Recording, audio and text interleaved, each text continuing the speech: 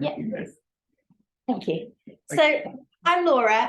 I'm based at Keele University, and my research primarily looks at social media and the harms that the online world represents.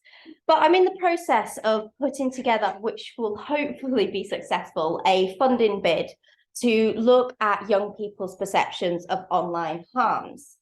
And where this stems from is that, particularly in the UK, we seem to take this protectionist approach when it comes to young people, in that we, as the state, as the adults, we know what's best for young people, and we will therefore regulate for them. And we don't necessarily always take into consideration what young people actually want. And we see this predominantly at the moment in the UK with the Online Safety Bill. So the Online Safety Bill is currently making its way through Parliament. It was started around about 2017, and it was anticipated that it'd be roughly about 20 pages long and would impose a duty of care, particularly on social media platforms, to protect their users. Since then, it's grown massively. It's now over 200 pages long. I think a lot of the rhetoric at the moment is around protecting young people. So the Online Safety Bill is meant to be about protecting everyone, but a lot of the rhetoric, particularly in the press, is we need to protect the young people who are being shown material that isn't suitable. It is probably one of the most complicated pieces of legislation to go through our legal system in recent years. A lot is still unknown, because the way I sort of look at the Online Safety Bill is that it's a skeleton. There's still lots to come. In particular, there's lots of codes of conduct that Ofcom are going to produce. So I'm not going to go through it all in detail, because we would be here till Christmas if I went through it all.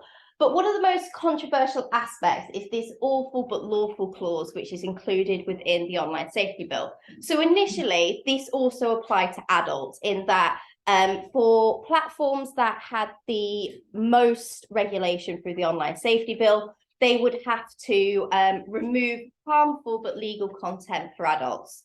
That's since been dismissed for adults, but it still remains for children, in particular those under the age of 18. So why is this? So I should have probably done a bit of a warning at the beginning. There probably isn't a day that goes past where in the press in the UK that there isn't conversations or headlines about the harms associated with the online world, particularly with regards to young people. Clearly, something has gone wrong somewhere. And in particular, we see a lot of rhetoric around Molly Russell, and I'm not going to justify what happened there, but I don't think even Meta agree with the way in which they handled the situation. But what I find particularly interesting here is that we tend to be looking at the bad side of social media. Again, the Online Safety Bill is not just aimed at social media, it is aimed at other platforms, but primarily this presentation is going to focus just on the social media aspect.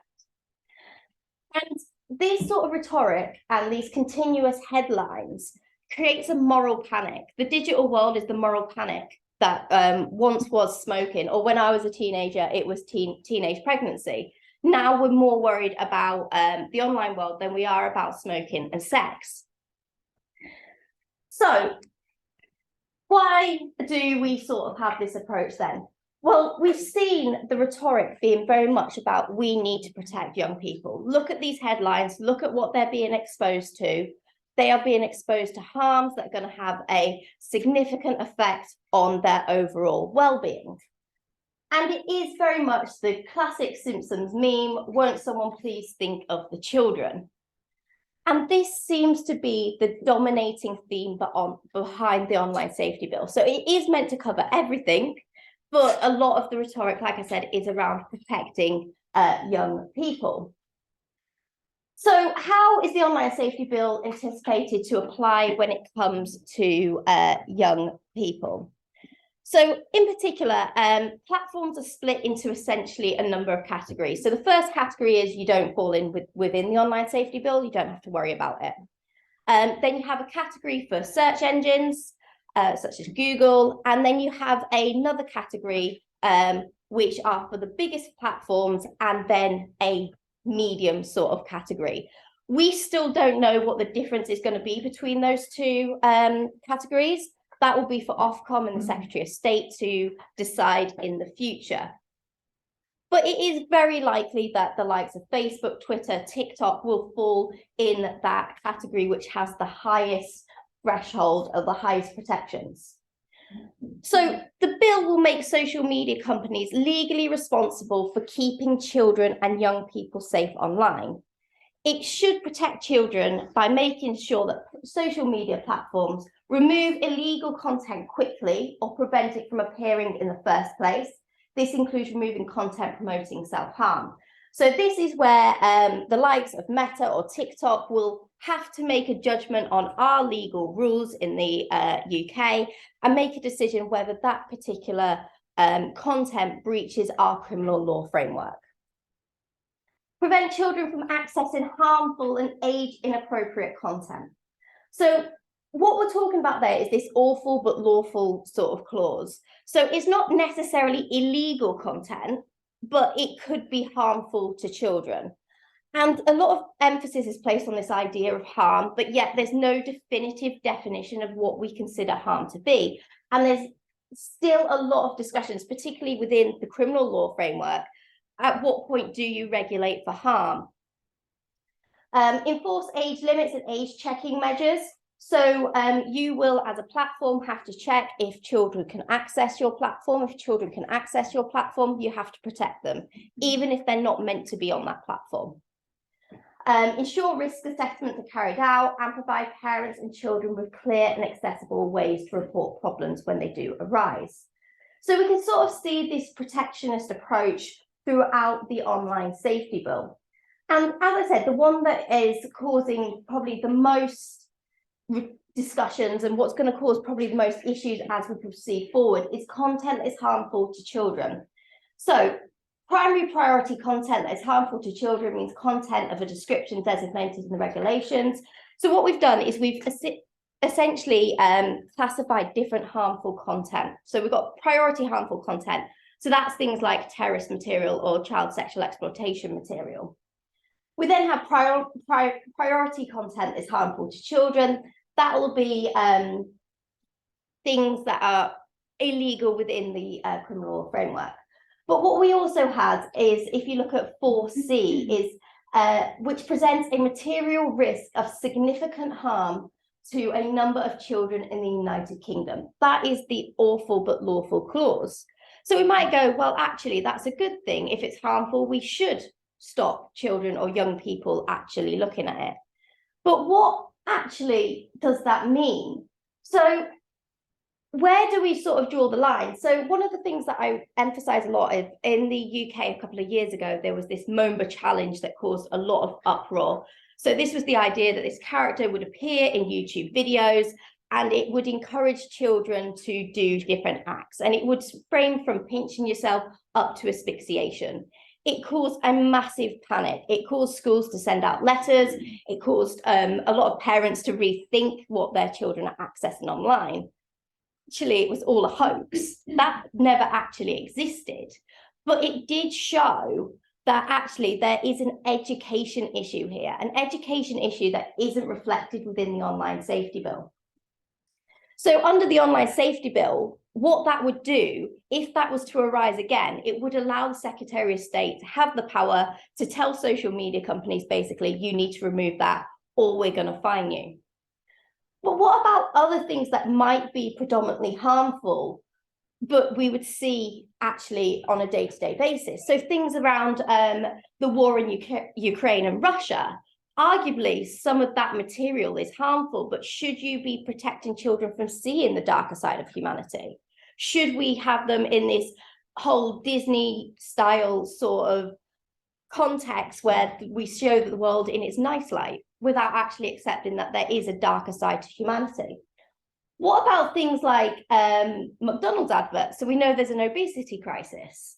Should we stop platforms showing young children adverts around McDonald's or gambling, but yet we will show them during adverts during the football or things like the World Cup, where there is predominantly a lot of children actually watching that material?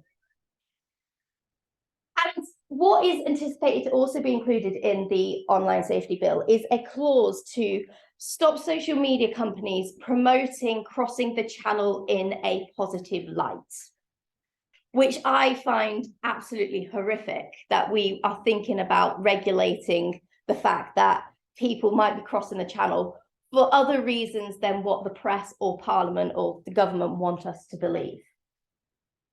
So what do actually young people think about the online world? So this is where I find it particularly interesting, and what I want to do a bit more work around is this idea that actually, if we always look at the bad, and I am aware there is a dark side to social media, but if we always regulate looking at the bad, we have the issue of making sure that we're also regulating the good. So on the screen here is research conducted by Ofcom from last year, so about this time last year, where they asked young people about their perceptions of the online world. And yes, they acknowledged that things like cyberbullying existed in the online world, but they also acknowledged the better side. And in particular, those that took part in the study actually said that social media was good for their mental health. It allowed them to connect with friends, particularly when, if you think about it, only a few years ago, we took away all social contact, and that actually things like Facebook or TikTok or WhatsApp were the only ways to get that communication, to get that human contact that we all crave and need. So of the children aged 13 to 17, they were more likely to feel positive about the online world than negative. So 53% said that the online world was good for their mental health. 8 out of 10 13 to 17-year-olds used online services to support their well-being. So things like using platforms for mindfulness. 59% said platforms made them feel happy. 61% said it made them feel close to friends. Girls aged 12 to 17 were more likely to use social media to send supportive messages. It was a community. So I'm going to switch past that. So what I'm just going to focus on in the last couple of minutes is 2 harms that we associate with the online world, where we have basically gone, this is illegal, we should not be allowing this.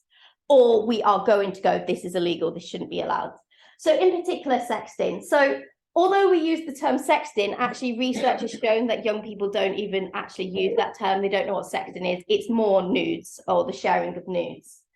And we take very much the approach that this is illegal. So my local police force a couple of months ago did a tweet basically around sexting and said, this is illegal, don't do it, you don't know where your picture's going to go.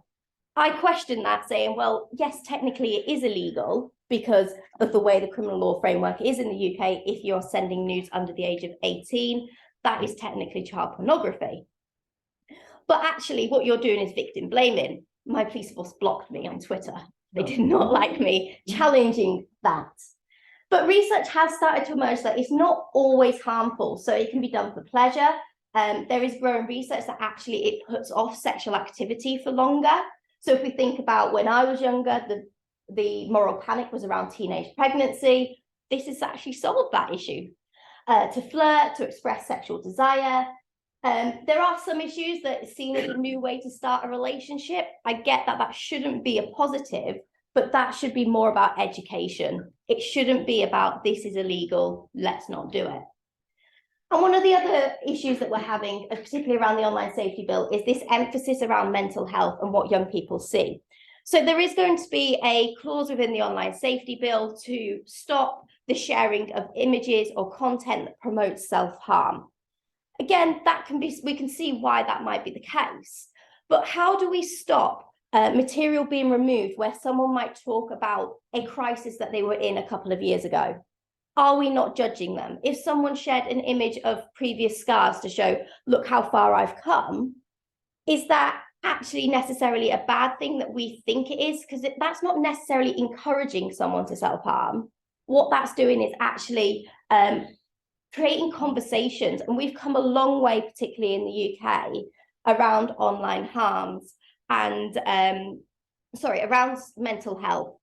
And are we not going to be putting a step back if we were to do this? So I will end there. I know it's a bit rushed, but I'm happy to take any questions at the end.